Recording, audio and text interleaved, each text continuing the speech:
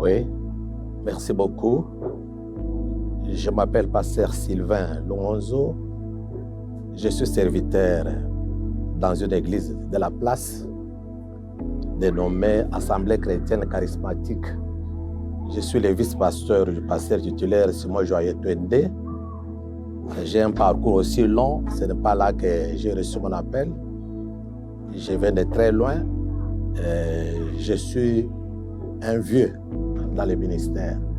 Alors, j'aimerais aujourd'hui parler avec vous sur un sujet intitulé « Connaître les secrets de rendre un service agréable à l'Éternel », connu par nos pères, mais méconnu par les serviteurs de cette génération. Dans ce sujet, je voulais comprendre une seule chose, c'est le service. Celui qui rend service est appelé serviteur. Et un serviteur doit servir quelque part, pour quelqu'un d'autre. Quand on est serviteur, on doit avoir celui qui nous dirige, pour qui nous servons. C'est l'Éternel des armées. Alors, je voulais encore comprendre que, étant enfant de Dieu, quand quelqu'un reçoit l'appel, ou quand quelqu'un est appelé par le Seigneur, il doit savoir, tout un enfant de Dieu, il a une mission. Mission qu'il doit faire, c'est servir l'Éternel. C'est ça, ce que l'Éternel a fait pour tout celui qui l'appelle dans le ministère. Dans n'importe quel domaine, parce que servir, ce n'est pas seulement prêcher, il y a plusieurs domaines dans les services. Alors, tout un chacun qui est appelé par le Seigneur doit servir. C'est pourquoi vous voyez quand même Israël était en Égypte, Dieu envoie Moïse pour que Moïse puisse parler à Pharaon. Laisse aller mon peuple. Pour quel but? Pour que ce peuple puisse me servir dans le désert. Vous trouvez que tout celui qui est appelé pour servir. On doit servir quoi? Qui? Nous avons un seul maître qui est le Seigneur, Jésus-Christ, que nous devons servir. Alors, pour entrer dans ce thème très important, service agréable, je ne parlais pas du succès de servir, mais je parle du service agréable, c'est-à-dire que Dieu accepte, qui rend gloire à l'Éternel. Parce qu'on peut être serviteur pour ne pas faire plaisir à l'Éternel. On peut être serviteur pour se servir soi-même. Alors, on est serviteur pour servir celui qui est notre maître. Et lorsqu'on est serviteur, on ne peut pas de nous-mêmes nous diriger. C'est-à-dire un envoyé, par exemple, qui doit aller avec un message. Et on doit nécessairement dire le message qui t'a été donné par ton maître. C'est ça. Tout un chacun peut comprendre ce qu'est un service. Alors maintenant, mais le service, comment? Le secret, on a parlé ici. Avant de parler le secret ici, je souhaiterais qu'on lise une écriture dans la Bible. Lisons un peu Romains chapitre 12. Si nous lisons Romains chapitre 12, du premier verset jusqu'au troisième verset, la Bible dit, c'est l'apôtre Paul qui écrit, « Je vous exhorte donc, frères, par les compassions de Dieu, à offrir vos corps comme un sacrifice agréable à Dieu. » C'est-à-dire un sacrifice que Dieu accepte. Qui peut servir Dieu? Qui peut rendre un culte ou un service agréable? C'est celui qui sait que, étant appelé par Dieu, il doit s'offrir à l'Éternel. Autrefois, il se conduisait. Autrefois, il voulait faire ce que son cœur voulait faire. Mais l'apôtre Paul, qu'est-ce qu'il lui dit? Alors, la Bible plutôt nous dit ceci, que quand j'étais jeune, je me saignais moi-même. Je me dirigeais là où je voulais, où mon cœur voulait. Mais quand j'ai grandi, quelqu'un d'autre est venu maintenant me mettre la ceinture pour aller là où celui qui m'envoie, qui m'a mis la ceinture veut. Je ne sais pas si vous comprenez. Alors, celui qui doit rendre un service agréable, d'abord, il doit s'offrir à Dieu. Il doit appartenir à Dieu. Il doit savoir que mon corps appartient à Dieu. Si autrefois son corps était la proie de beaucoup de choses, mais dès qu'il a reçu l'appel et il est dans le service du Seigneur, il doit maintenant s'offrir à l'Éternel. Tout ce qu'il doit faire ne lui provient pas. Ça doit lui provenir du Seigneur Jésus. Comme Paul dit, si moi je vis, ce n'est plus moi Paul qui vit, mais c'est Christ qui vit en moi. Vous trouvez que c'est quelqu'un qui dépend de quelqu'un d'autre. Alors, les secrets que nous devons chercher ici ne sont pas loin. La Bible d'abord montre si nous voulons rendre un culte agréable à Dieu, d'abord, offrons-nous à l'Éternel comme un sacrifice vivant, ce qui sera de votre part un culte raisonnable. Vous voyez, le culte raisonnable, c'est le culte que l'Éternel agrée. On peut rendre un culte, on peut s'assembler à un grand nombre, tout ce qu'on fait là, le glorifier à l'Éternel. Alors on doit chercher par tous les moyens dans notre service à rendre un culte ou servir Dieu dans sa volonté. Ça, le deuxième secret, c'est la volonté de celui qui nous envoie. Quand Christ vient dans le monde, un jour en Jean chapitre 4, il a envoyé ses disciples comme ils avaient faim pour aller chercher dans la ville quoi manger. Il est resté au puits de Jacob. Par là, une femme est venue. Ils ont commencé à bavarder. Quand les disciples maintenant retournent avec ce qu'ils ont acheté pour donner comme ils avaient faim, ils ont commencé à presser le Seigneur. Prenez, mangez. Le Seigneur il avait posé la question. Jusqu'alors que je suis avec vous, vous n'avez pas encore compris quelle est ma nourriture. Il dit ceci. Ma nourriture à moi, c'est faire la volonté de celui qui m'a envoyé. C'est ça. Rendre un culte agréable, c'est-à-dire faire la volonté de celui qui nous a envoyés. Christ même qui est dit, il dit que je suis venu non moi-même, mais pour faire la volonté de celui qui m'a envoyé. Voilà le deuxième élément. Il a accepté que celui qui l'a envoyé puisse se glorifier. Parce que dans tout ce que nous pouvons faire, on doit glorifier l'Éternel. Mais si on fait quelque chose pour plaire aux hommes, par exemple, il y a de ceux-là, les gens qui font des choses pour plaire aux hommes, mais ceux-là, ils ne sont pas dit d'être appelés enfants de Dieu, pour le dire encore en Galates. Il dit, si je fais pour plaire aux hommes, je ne suis pas ministre de Dieu. Mais dans toutes choses, étant appelé par Dieu, je dois faire pour plaire à Dieu. C'est ça le deuxième élément. Si nous continuons avec les versets, il dit, ne vous conformez pas au siècle présent, mais soyez transformés par le renouvellement de l'intelligence, afin que vous discerniez quelle est la volonté de Dieu. Vous écoutez, la volonté de Dieu. Aujourd'hui, ce qui tue beaucoup de gens, c'est le siècle présent. On doit se poser la question dans tout ce que nous faisons, dans le domaine dans lequel le Seigneur t'a appelé. Est-ce que tu réponds à la volonté de Dieu? Ou tu réponds à la volonté des hommes? Paul lui dit ici, ne vous conformez pas au siècle présent. Le siècle présent amène beaucoup de choses. Et si on n'est pas malin, on risque de se plonger dans ce que les gens aiment. Vous voyez? Et si l'on est serviteur de Dieu, on doit faire tout pour répondre seulement à la volonté de Dieu. Dieu qui t'a appelé, qu'est-ce qu'il veut? Et cette volonté, on la trouve où? La volonté est écrite dans la Bible ici. Parce que quand Christ nous a appelés, il nous a donné une mission. Il nous a donné un message. C'est ce message, lorsqu'on répond à ce message, nous sommes dans la volonté du Seigneur. Alors les siècles ici troublent beaucoup de gens. Les siècles présents.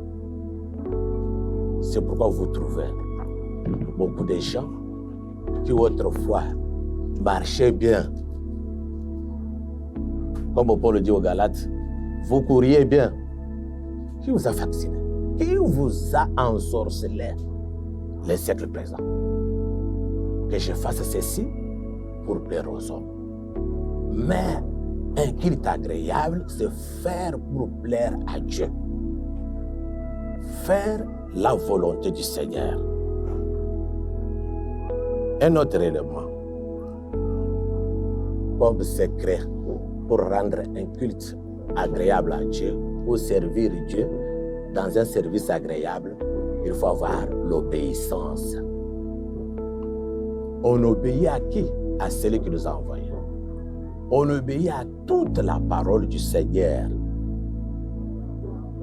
Et si l'on n'obéit pas à Dieu, et on se dit qu'on est serviteur de Dieu, on fait quoi? C'est quoi? Dans toutes les choses, dans les services du Seigneur, il faut avoir l'obéissance à Dieu. C'est un secret le plus capital. Qu'est-ce que Dieu t'a dit? Qu'est-ce que le Seigneur fait? Est-ce que tu parles de toi-même, ou tu parles pour les hommes, ou tu parles de la part du Seigneur? Obéir à Dieu, c'est très important. C'est pourquoi quand vous voyez le roi Saül, quand il est allé pour tuer les gens, on lui dit, ne parle pas n'importe quoi. Il part, il trouve bon de prendre les brebis, d'épargner le roi. Et lorsqu'il revient, le prophète lui dit, qu'est-ce que tu as fait? Est-ce que tu as obéi à toute la parole? L'obéissance, c'est un élément très important dans les services de Dieu. Qu'est-ce que le prophète lui dit? Dieu ne trouve pas plaisir dans les offrandes, dans les sacrifices, mais Dieu trouve plaisir dans l'obéissance à sa parole.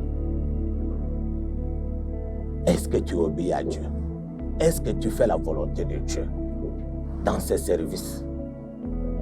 Et écoutez, ce n'est pas Aaron qui a dit au peuple de faire un veau d'or. C'est seulement le peuple. C'est les peuples qui sont venus pour dire, et voilà, votre frère, on ne sait pas ce qu'il est devenu. Fais-nous ça. Et Aaron s'est retrouvé maintenant obtempéré, obéir à la voix du peuple et non à la voix de Dieu. Pour faire un service que Dieu accepte, agrée, il faut être obéissant à qui? Non aux hommes, non aux coutumes, mais obéir à Dieu qui nous a envoyés. Tu veux servir aussi de l'Éternel. Quel est notre élément? On est dans les services et on n'écoute rien. On ne veut pas écouter. C'est pourquoi quelqu'un qui veut servir Dieu, il doit écouter. Il doit avoir un encadreur qui doit lui montrer les chemins. Paul qui a entendu la parole, ça c'est en Actes des Apôtres chapitre 9. Lorsqu'il s'est rendu à Damas pour tuer, il croyait peut-être qu'il soutenait la vérité. Parce que quelque part, il dit, je croyais que je soutenais la vérité, mais je combattais contre la vérité. Selon leurs coutumes, celui qui a amené une autre doctrine, on devrait le suivre. Alors il dit quelque part que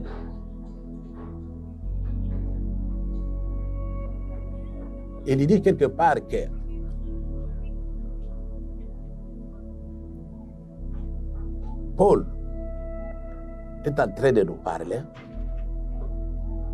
sur lui qui avait, je disais que lui qui avait reçu l'appel de Dieu, il a entendu la voix. Dieu l'appelle.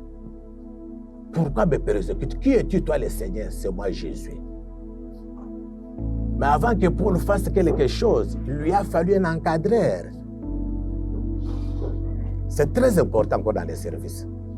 Parce que quelqu'un ne peut pas venir dans le vide, commencer le travail, commencer à dire que je suis en train de servir l'Éternel sans un encadreur à ce côté. Qu'est-ce que Dieu lui dit? Lève-toi, va dans la ville. Tu trouveras quelqu'un d'autre qui te montrera ce que tu dois faire. Quelqu'un ne peut pas venir dans le vide, commencer maintenant à dire que moi, même si tu fais tomber les gens, même si tu guéris les gens, il faut avoir un encadreur qui va te conduire. Je prends encore l'exemple du prophète Samuel. il était élevé par le sacrificateur Élie. Dieu n'a pas appelé Élie. Dieu appelle Samuel.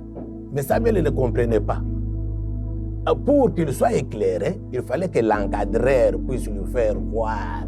Si on te dit aujourd'hui, si on t'appelle aujourd'hui, dites Seigneur, parle, je t'écoute.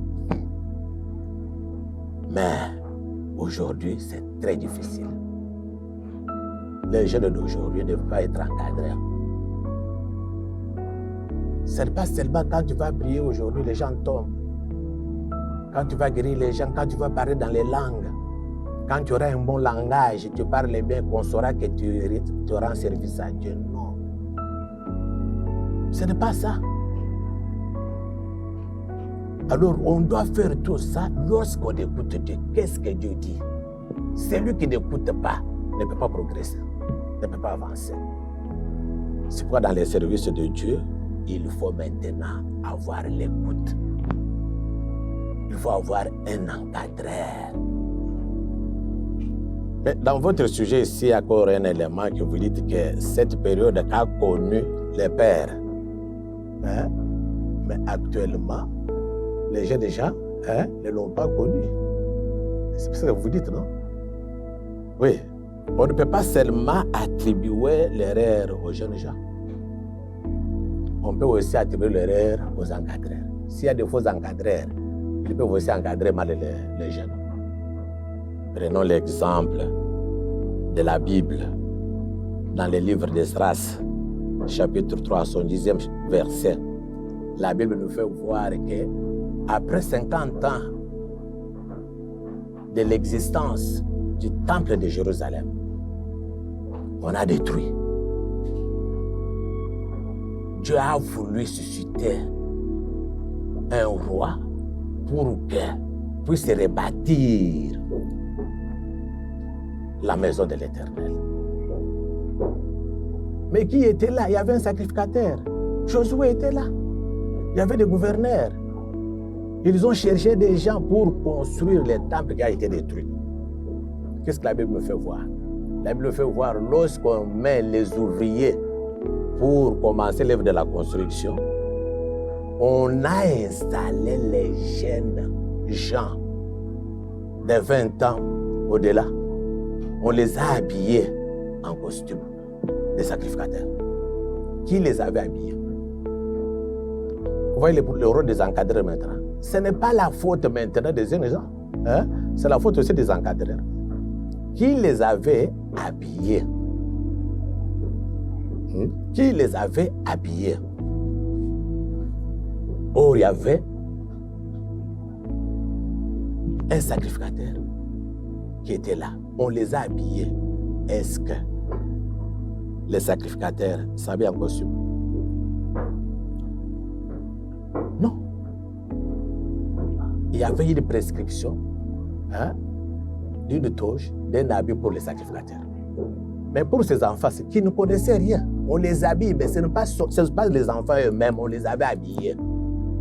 Voilà les faux encadreurs. Lorsqu'ils se mettent maintenant à la construction du temple, ils ont commencé maintenant à crier, à pousser des cris de joie. Les jeunes là ont commencé à crier, à pousser des cris de joie, à se réjouir. Mais on nous fait voir qu'il y avait aussi des anciens qui ont vu le premier temple, qui ont vu la première construction. C'est le temple totalisé au moins 5 ans, ceux qui avaient peut-être 10 ans, participaient. Ceux qui avaient 20 ans à cette époque-là pouvaient comprendre. Mais qu'est-ce que la Bible nous dit? Après avoir habillé ces enfants-là, et quand ils sonnaient de trompettes, quand ils se réjouissaient, quand ils se criaient, les vieux qui avaient vu le premier temple maintenant ont commencé à pleurer. Ils ont commencé à pleurer. Et il y a une confusion, comme la confusion que nous vivons actuellement. Ce que je peux vous dire actuellement, il y a des cris dans la ville. Ces deux cris-là étaient dans cette ville-là. Vous voyez? Il y a ceux-là qui se réjouissaient de ce qu'ils faisaient, qu'ils voyaient bien. Mais il y avait des vieux qui voyaient que c'est là, ne plaît pas à l'Éternel. Dieu ne prend pas plaisir de ça. Et on commençait aussi à crier. Et leur cri, c'était de pleurs. Vous voyez? C'était des pleurs. Et il y a eu une confusion. Le vieux pleurait. Les jeunes gens criaient. Mais il y avait une confusion. Qui fait bien et qui fait mal? C'est aujourd'hui, où nous voyons une confusion totale dans l'œuvre de Dieu. Hein? Il y a ceux-là qui font pour leur ventre, croyant qu'ils servent le Seigneur. Pourquoi le Seigneur Jésus dit ceci? Que veut les derniers temps? Il va séparer les gens. Il mettra de gauche de chèvres, de boucs. À droite, il mettra le brebis. Il dira au bouc là, loin de moi, je ne vous ai jamais connu. Vous sentez? Vous voyez aussi, je ne vous ai jamais connu. Parce que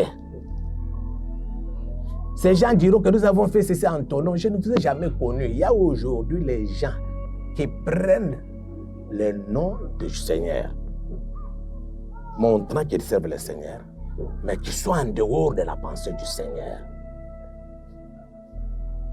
Et surtout les jeunes gens aujourd'hui. Pourquoi? Il connaît le français. Il a lu la Bible. Il a suivi une prédication de quelqu'un d'autre quelque part. Il a vu un miracle. Lorsqu'il vient maintenant, moi j'ai vu même les chantres. Hein. Les chantres aujourd'hui, je ne refuse pas l'appel, c'est Dieu qui appelle. Tu as été chantre aujourd'hui, tu es pasteur. Pourquoi? Parce que quand tu chantais, les gens tombaient. Quand tu chantais, les gens parlaient en langue. Aujourd'hui, tu es pasteur. Est-ce que tu fais la volonté du Seigneur? Nous serons jugés. Dans ce monde bien aimé, il y a des faux encadreurs, il y a aussi des vrais encadreurs. C'est pourquoi il faut que tu te cherches un encadreur qui vient du Seigneur, qui peut te guider pour mieux évoluer, pour que l'œuvre que tu vas faire du dernier temps, que tu puisses te réjouir avec le Seigneur. Je parlais de confusion aujourd'hui. Voyons par exemple les jeunes gens qui vous chantent partout ici dans des chorales et autres. Prenons cette manière-là de chanter, ils glorifient l'Éternel. Et leur danse-là. Ils vous diront, est-ce que vous pouvez nous montrer dans le Seigneur qu'il y a une danse spécifique pour que chaque fois que nous chantons, nous pouvons exhiber? C'est ça la question. Prenez ces gens-là, leur danse, prenez maintenant les mondains avec les danses. C'est toujours la même chose. Il y a une confusion totale. C'est pourquoi, si vous voulez rendre un culte agréable à l'Éternel, il faut écouter Dieu. Il faut faire la volonté du Seigneur. Chercher quelqu'un qui peut t'encadrer, te montrer ce que tu dois faire pour mieux évoluer. Et surtout, dans toutes choses, nous devons faire la volonté du Seigneur. La volonté du Seigneur, c'est dans sa parole. Le vrai Père. La Bible est claire. La Bible est claire. La Bible dit, Jésus dit, que votre lumière luce, qu'on voie vos bonnes habitudes et qu'on glorifie votre Dieu qui est dans les ciels. On connaîtra l'arbre par ses fruits.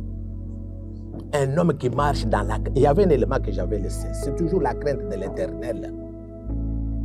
Quelqu'un qui ne craint pas Dieu. C'est grave.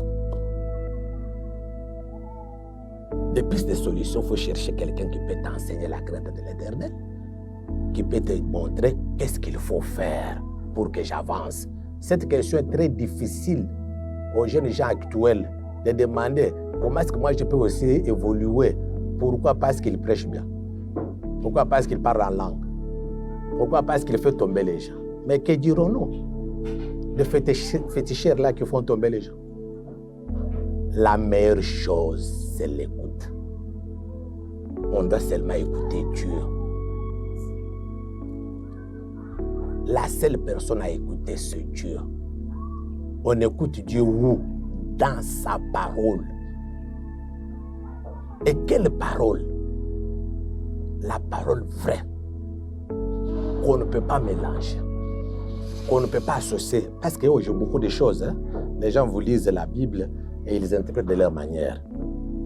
Mais c'est seulement à celui, quand il lit, Dieu l'aide.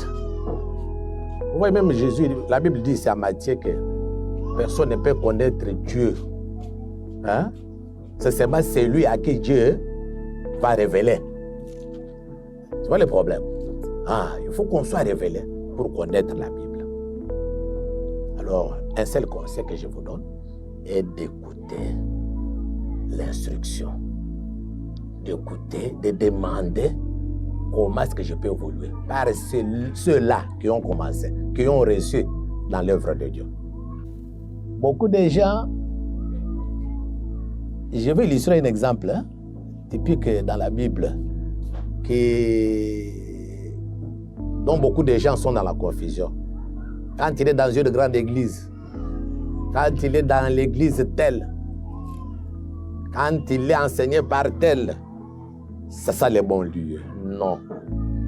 Est-ce que vous savez ce que Jésus a parlé avec la femme samaritaine?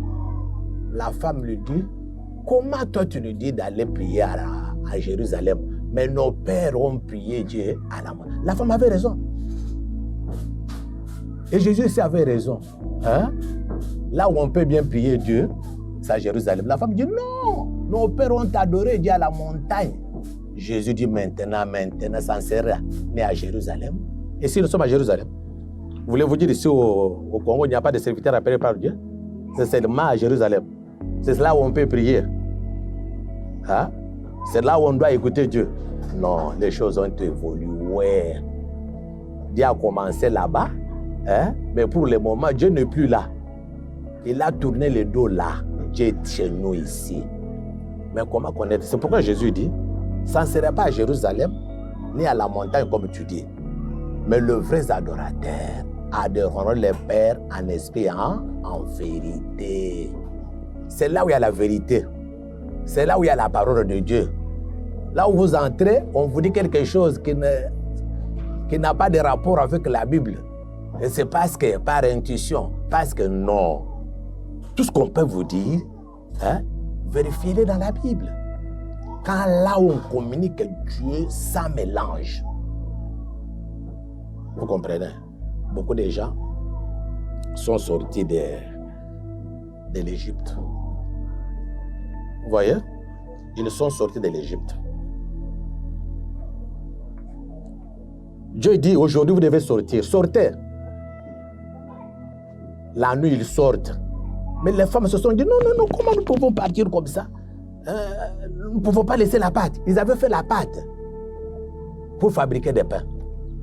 Ils ont ramené la pâte de l'Égypte. Quand Dieu leur dit de sortir, ils ont ramené la pâte. C'est la nourriture de l'Égypte, non? Or, ils devraient laisser la nourriture de l'Égypte.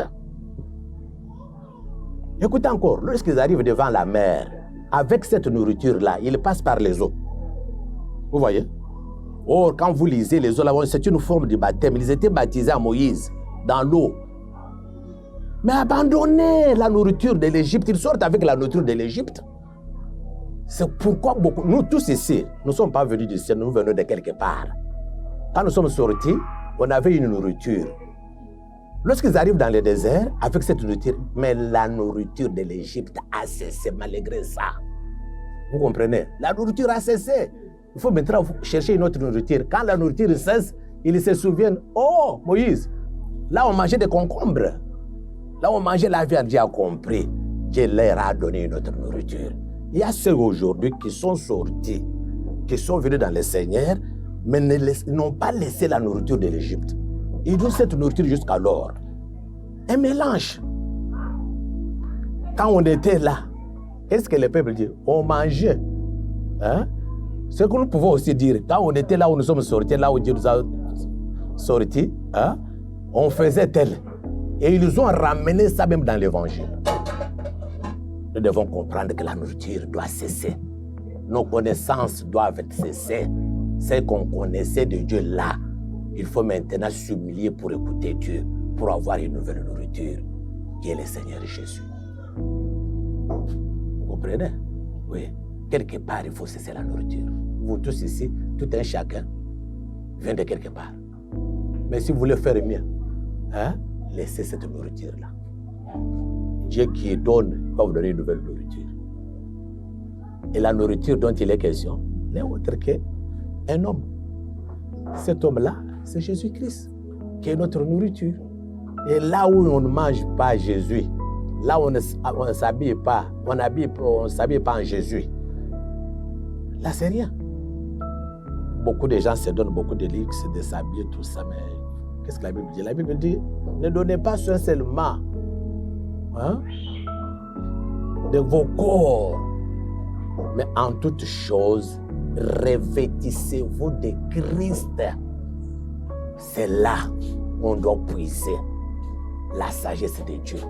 Quand Christ est là, si nous sommes vêtus de Christ, si nous mangeons Christ en entier, c'est là où il faut accepter d'être enseigné et de trouver le chemin de servir Dieu selon la pensée de Dieu. Beaucoup de gens iront en enfer. Ils ont associé Dieu avec beaucoup de choses. Il y a des féticheurs actuels. C'est ça le monde actuel. Que la Bible nous dit, faites attention. Le siècle présent amène beaucoup de choses. Pour vous faire quand même rire, je ne critique pas. J'ai trouvé quelque part, j'étais en mission à Chikapa, en province. J'ai trouvé une église avec beaucoup de gens, avec beaucoup d'adeptes. Mais chaque fois qu'ils se réunissaient, il y avait un chien qui venait là-bas. Un jour, ils se sont donné les leaks de dire que ces chiens ici qui restent avec, c'était une chienne qui reste avec nous, c'est notre sœur. Nous devons aller baptiser ces chiens-là. Et tout le monde accepte. Il n'y a qu'un lieu comme ça. C'est là où tu peux aller puiser la sagesse de Dieu. C'est lieu où on ne connaît pas. Qu'est-ce qu'on appelle le baptême? Pourquoi on doit se faire baptiser? Baptiser quelqu'un qui n'a pas une conscience. Parce que baptiser, c'est avoir une conscience. Vous voyez? Et il y a beaucoup. Mais cherchez là où il y a la vraie parole. Là où on vous prêche la parole. On ne mélange pas. Hein? Là où il y a la crainte de Dieu, là où il y a la sanctification, là où il y a l'écoute de Dieu, là où il y a la volonté du Seigneur. Mais je ne vous donne pas une église, allez dans telle église. Non, non. Cherchez là où il y a la parole. Je suis très content. Bien même que nous sommes frappés par ce soleil, on ne peut pas craindre le soleil. Je suis très content de vous. Voyez votre âge, vous êtes en train de chercher la vérité. Continuez sur cette lancée et Dieu que vous cherchez vous croisera un jour sur le chemin. Alors, je vais prier pour tout le monde, pour ceux qui vont nous écouter, pour ceux-là qui ont l'envie, les soucis de servir Dieu selon sa volonté, selon ce que Dieu aime. Parce qu'en toutes choses, nous devons faire plaire à l'Éternel. Que le Seigneur Dieu qui voit, le Seigneur qui appelle, le Seigneur qui donne, vous comble. Soyez bénis. Soyez bénis. Et que la paix du Seigneur vous accompagne en toutes choses. Au nom du Seigneur Jésus. Amen.